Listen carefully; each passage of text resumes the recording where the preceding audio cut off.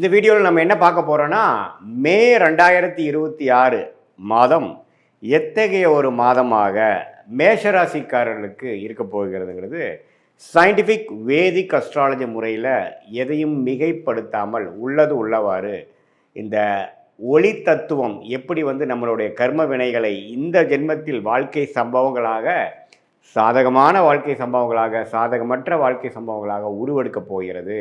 அதுக்கு கிரகத்தின் சஞ்சாரங்களும் பெயர்ச்சியும் எப்படி ஒரு தாக்கத்தை மேஷராசிக்காரர்களுக்கு மே மாதம் 2026 அந்த 31 நாட்கள் எப்படி இருக்க போகுதுங்கிறது நாம் துல்லியமாக சயின்டிஃபிக் வேதிக் அஸ்ட்ராலஜி முறையில் பார்க்க போகிறோம் இந்த வீடியோவில்.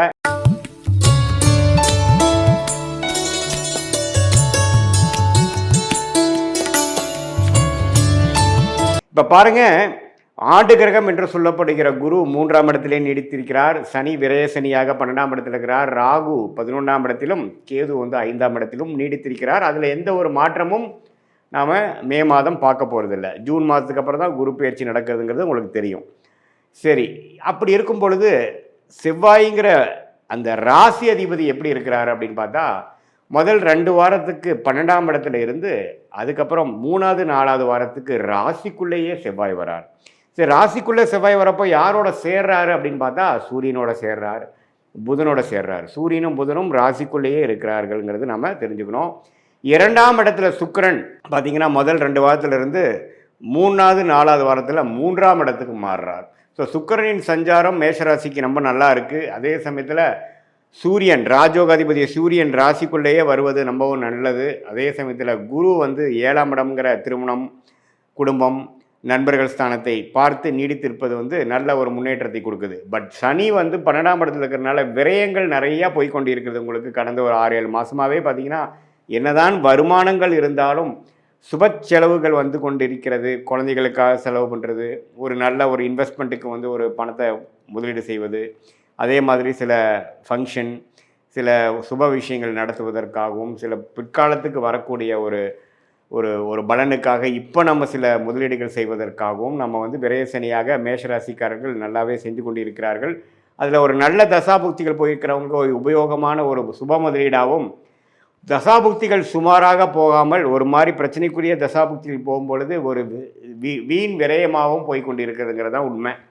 ஸோ இத்தகைய ஒரு மேஷராசிக்காரர்களுக்கு முதல் 2 வாரம் பார்த்திங்கன்னா ராசி 12ஆம் இடத்துலேருந்து செவ்வாய் சனியோடு சேர்ந்து சில பிரச்சனைகள், ட்ராவலிங்கில் சில இடைஞ்சல்கள், அலைச்சல்கள், விரயங்களில் ஒரு பிரச்சனைகள், உடல் உபாதைகள், வம்பு வழக்குகள், கடன் பிரச்சனைகள், இது மாதிரி கொஞ்சம் ராசி அதிபதி சனியோட சேர்றதுனால மேஷராசிக்காரர்கள் கொஞ்சம் டிஸ்டர்ப் ஆகக்கூடிய அமைப்புகள், எண்ணத்தை சொல்லி எண்ணத்தை பண்ணிங்கிற மாதிரி ஒரு மாதிரியான ஒரு மன சஞ்சலத்தை கொடுக்கக்கூடிய அமைப்பு முதல் 2 வாரம் இருக்குது. அதுக்கப்புறம் 3rd and 4th வீக் கிட்டத்தட்ட மே 15க்கு அப்புறம் பார்த்தீங்கன்னா ராசி அதிபதியே செவ்வாயே ராசிக்குள்ளே வருவது மிகவும் அருமை. ஸோ அது சூரியனோட சேர்ந்துருக்கிறது அருமையான விஷயம். சனி விட்டு விலகிறார் பாருங்க, அது ரொம்ப நல்லது. ஸோ கண்டிப்பாக பிற்பகுதி மே மாதம் 2nd half கொஞ்சம் நல்ல பலன்களை கொடுத்து அடுத்த வரக்கூடிய குரு பயிற்சிக்கு வேணுங்கிற நல்ல தொழில் விருத்தி, வேலை மாற்றம், வீடு வண்டி வாகனத்தில் விருத்தி, அம்மா தாயார் சம்மந்தப்பட்ட விஷயத்தில் ஒரு நல்ல ஒரு நற்செய்தி, அது மாதிரி ஒரு நல்ல அமைப்பை நோக்கி போகக்கூடிய ஜூன் மாதத்துக்கு மேலே வரக்கூடிய யோகத்துக்கு மேஷராசிக்காரர்கள் மே 15ஆம் தேதியிலேருந்தே தயாராகக்கூடிய ஒரு அற்புதமான ஒரு காலகட்டமாக 2nd half of மே 2026 வருதுங்கிறது நீங்கள் தெளிவாக தெரிந்து கொள்ள வேண்டும். இது ஒரு நல்ல ஒரு விஷயந்தான். எந்த விதத்துலேயும் பார்த்திங்கன்னா நம்ம ஒரு ஒரு பாதிப்பு இல்லாமல், பணவரவு பிரச்சனை இல்லாமல் வரும். ஏன்னா சுக்கிரனே ரிஷபத்திலிருந்து 15ஆம் தேதிக்கு அப்புறம் மிதுனத்துக்கு போகுது. எல்லாமே கொஞ்சம் நல்ல விஷயங்கள், பெண்கள் விஷயங்கள், சுப செலவுகள், இப்போ ஆடம்பர விஷயங்கள், அது மாதிரி விஷயங்கள்லாம் நல்லா செலவாகும். அதே சமயத்தில் குடும்பத்தில் கொஞ்சம் நல்ல ஒரு இதுவரை அப்படி இப்படி கொஞ்சம் சங்கடங்களும் மன கருத்து வேறுபாடுகளும் இருந்ததெல்லாம் கொஞ்சம் நீங்கி கொஞ்சம் பேச்சப் ஆகக்கூடிய அமைப்புகள்லாம் கண்டிப்பாக உண்டு. சில பேர்த்துக்கெல்லாம் திருமண விஷயங்கள், மேஷராசிக்காரர்களுக்கு திருமணம் நடக்கக்கூடிய அமைப்புகள், கை கூடக்கூடிய அமைப்புகள் ரொம்ப நாளாக பார்த்துட்டு இருந்து இப்போ அமைஞ்சிருச்சுங்கிற மாதிரி விஷயங்கள்லாம் அடுத்தடுத்து வரக்கூடிய அமைப்புக்கு வேணுங்கிற ஃபவுண்டேஷனான அமைப்புகளை கொடுக்கக்கூடிய ஒரு அருமையான தருணமாக மேஷராசிக்காரர்களுக்கு ஆண்டு கிரகத்தை வைத்து பார்க்கும் பொழுது ராசி அதிபதி சூரியன், புதன், அதுக்கப்புறம் வரக்கூடிய சுக்கிரன், இதெல்லாம் வைத்து பார்க்கும் பொழுது ஓரளவுக்கு அடுத்த வரக்கூடிய